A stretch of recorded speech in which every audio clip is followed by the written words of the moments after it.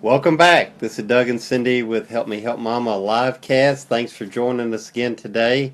And today we're answering some of your caregiver questions and reviewing some of the comments on our Facebook page. There's been a ton of them lately, and we thank you for that. And more importantly, I know your fellow caregivers thank you because your comments and your tips help a lot. Some of you that have been doing this for a while um, may take your knowledge for granted. You've been doing it, you understand it, it's just like second nature to you. You're just in the flow and you do it. But you think about those coming along behind you that their mom or dad is this, maybe several months or years behind, where you were like several months ago, and they're learning it all the hard way. So, any tip you can give them, any little piece of advice, any words of encouragement, any direction would help a lot. And so we thank you for that. A lot of you do that and just give little tips, and so um, we really appreciate that. Cindy, what's one of our tips or comments we got today? What you were saying, I think, is a really good point. If you share your knowledge and experience and your wisdom with those that are coming behind you, they may not even recognize some of the things that you see and you go, oh, well, that's what that is, and this is what I need to do. And it's so valuable that you share your experiences and your knowledge and the things that you do to maybe calm your loved one down so that you can help the caregivers coming behind you who are yet to become caregivers or just becoming caregivers to recognize what they need to do and can do. Okay, Linda Farrington. Linda says, I've been taking care of my mom who is now 95. Been caregiver for 3.5 years. She is disabled and uses a wheelchair. Although her body is giving out, she is still very alert and her mind is sharp. That's the way my mom was too. We enjoy each other's company and we're able to talk about the past, the present, and the future. She's an exceptional lady, and it's an honor and a privilege to see her through her final phase of life. She lives with me in my home and has been here for over 20 years. Wow. So this is her home. I love her very much, and it's hard to see the gradual decline. But we make the best of each day and enjoy the time that we have together. Kudos, Linda. I think you're doing a great job. 20 years sharing your home with your mom, that's wonderful. And only 3.5 to having be caregiver. 95. Wow. That's incredible. And you're right, it is so hard to watch your loved one decline because you just want to pick them up and take them back in time and help them to be the way they used to be, but you can't. And I love that you make the best of each day. Okay. Okay, well, let's go to another one. Nancy Tilson. Nancy says, my siblings and I have shared this role over the last several years. You're very fortunate that you've got some siblings to help you do this. Amen. Not everyone does, I promise you. Both mom and dad have dementia but have refused to give up their home and their independence, and the state supports that since dad refused to allow anyone to be power of attorney for them. We go from crisis to crisis. the last being dad, and this is almost a funny story, but it's not funny. We see it a lot, and we're going to talk about a lot of that a little bit today. When Dad, driving with a pulled license, drove down an embankment nearly into a river, he totaled a truck, and it took them an hour and a half to cut him out of the wreck. Wow. But he only sustained cuts and bruises, thank God. He and Mom are 91, love them to death, and so grateful for my siblings. So, Nancy, it's very fortunate, obviously, that your dad didn't get hurt, and thank goodness he was okay. And but so let's talk about that a minute. Driving with Alzheimer's or driving with dementia or driving with some sort of mental impairment. You Or know, just driving, as you age, there are different things. I mean, it's vision. First thing that comes to mind for me is vision. You may not, your loved one may be losing their peripheral vision. They may have cataracts that they haven't had taken off. As you age, your vision typically declines.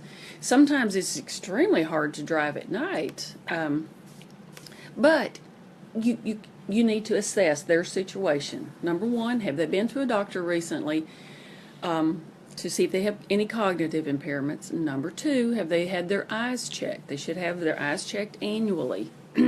So are there issues that can be dealt with maybe glasses, even if they're as thick as these are, or removing cataracts or something else? So is the vision a problem? Cognitive abilities. If they've had an assessment by their physician recently, are their cognitive abilities impaired? And I was just looking here at the Alzheimer's Association website. They have got a page. Let me see what the page is. And this is alz.org, Alzheimer's Association website. And they got a page called Driving Assessment. And the seniors can, you can set up a driving assessment to see if it's safe for them. If they will do it, and it's got to be someone trained to give this type of assessment to look for the warning signs. But so this is available. Go to your Alzheimer's Association website and driving assessment page and read about that. It shows that research shows, they say, for the first 2 years after the diagnosis, the accident rate of a person with Alzheimer's disease is comparable to a person who does not have Alzheimer's. But as the disease progresses, the accident rate increases. So, and a lot of times to get an assessment's the best way. Sometimes you just know. And you can look for warning signs, like, are there dents in the car, dings, scratches? Have you ridden with them lately? Do they see the white lines and the yellow lines and the stop signs and the stop lights? Can they react or respond? Instead of react, can they respond to other drivers? We have 4-lane traffic out here in front of our office. That's a little bit much for some people to maneuver. Their muscles may be getting weak. I know with my mom, her muscles got very weak, and it was hard. It got to the point where she couldn't stand, so she certainly couldn't press on the brake hard enough to stop the car. So if your loved one is declining, what to do? Well, have the conversation. Have the conversation. Have the conversation. Have the conversation. Have the conversation with them, and this has got to be the toughest thing, because a car is like the ultimate independence, ultimate freedom, and then one of your kids comes in and they're talking to you about taking your keys. I don't think so. So that's tough. That is tough, and some of them it's just like, you just go away, leave me alone. One of our friends right now, her mom is in the stage she really doesn't need to be driving. She's been assessed with, early Alzheimer's, and that's been, a couple of years ago, and she's driving. And if, when it gets to the point where it's a danger to themselves or someone else, something needs to be done, and the kids have tried. I mean, believe me. So, number one, have a talk with mom or dad, appeal to their, try the logic, try the responsibility thing. What if you ran into someone and killed someone? What if you hit a family? What if, which, it is a danger. It's a danger for any of us to get on the road, but if you've got impaired cognitive skills, then it is really a danger. So appeal to their sense of responsibility. And for some people, that works. They, yeah, you're right. We've seen families that, if fortunately they have a scare, and that's enough. I knew a family several years ago that the mom drove to a local grocery store where she'd been hundreds of times, and she forgot how to get back home, from the local grocery store. And somebody, talked to her, and eventually she made her way home.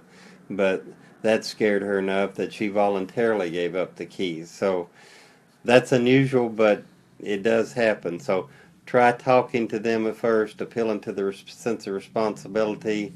If the kids, to your parents, you're just the kids. I mean, what do you know? So, a lot of times that is tough. And so, is there any other trusted family friend or advisor or someone that, if they say it, your parents would look up to and say, oh, okay, yeah, if they see that there's an issue, there may be an issue.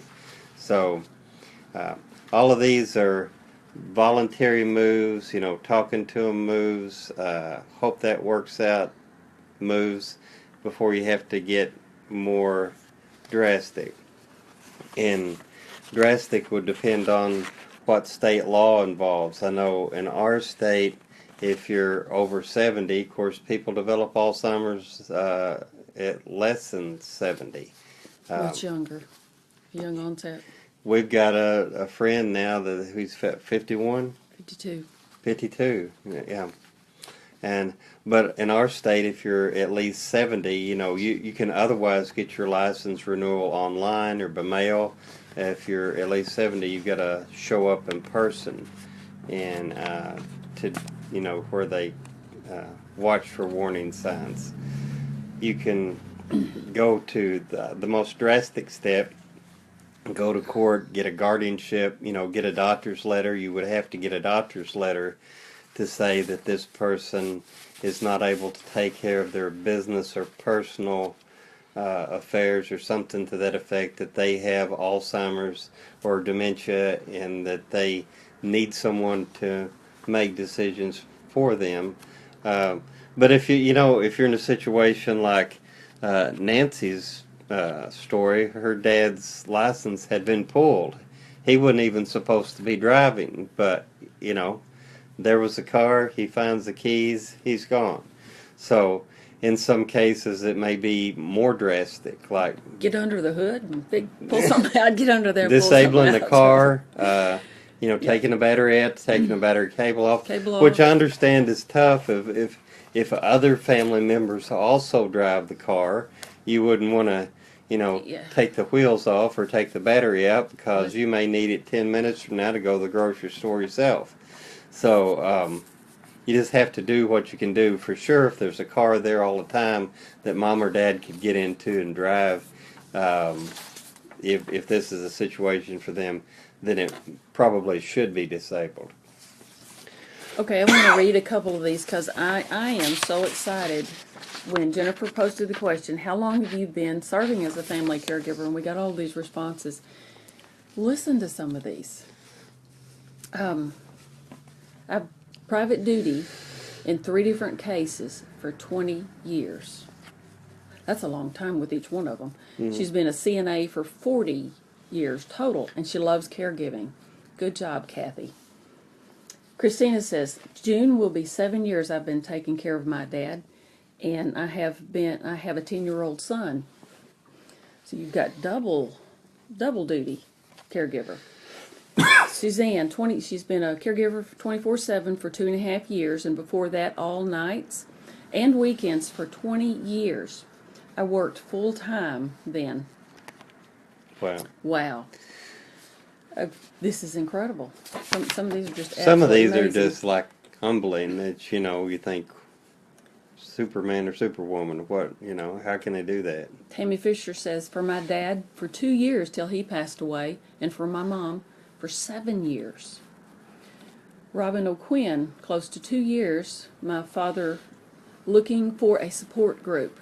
That's a great point. If you can find a support group for the particular illness, absolutely join a support group. They are so informative, and you learn new things each time you go. And I know when I go to our support group meeting every month, we all hug each other. Even the new people coming in, they get a hug. Carol says, you have to read that one because I'll cry. Not long enough. Miss you, Mom. So, I think everybody deserves a virtual hug. Big hug. so I think that we just wanted to cover some of these today, and we appreciate your comments. We appreciate your words of encouragement and support for your family, fellow family caregivers. And more importantly, they appreciate it. So keep up the good work. That's all we have today. So keep those comments coming. We appreciate it. We'll see you again tomorrow on Help Me Help Mama LiveCast.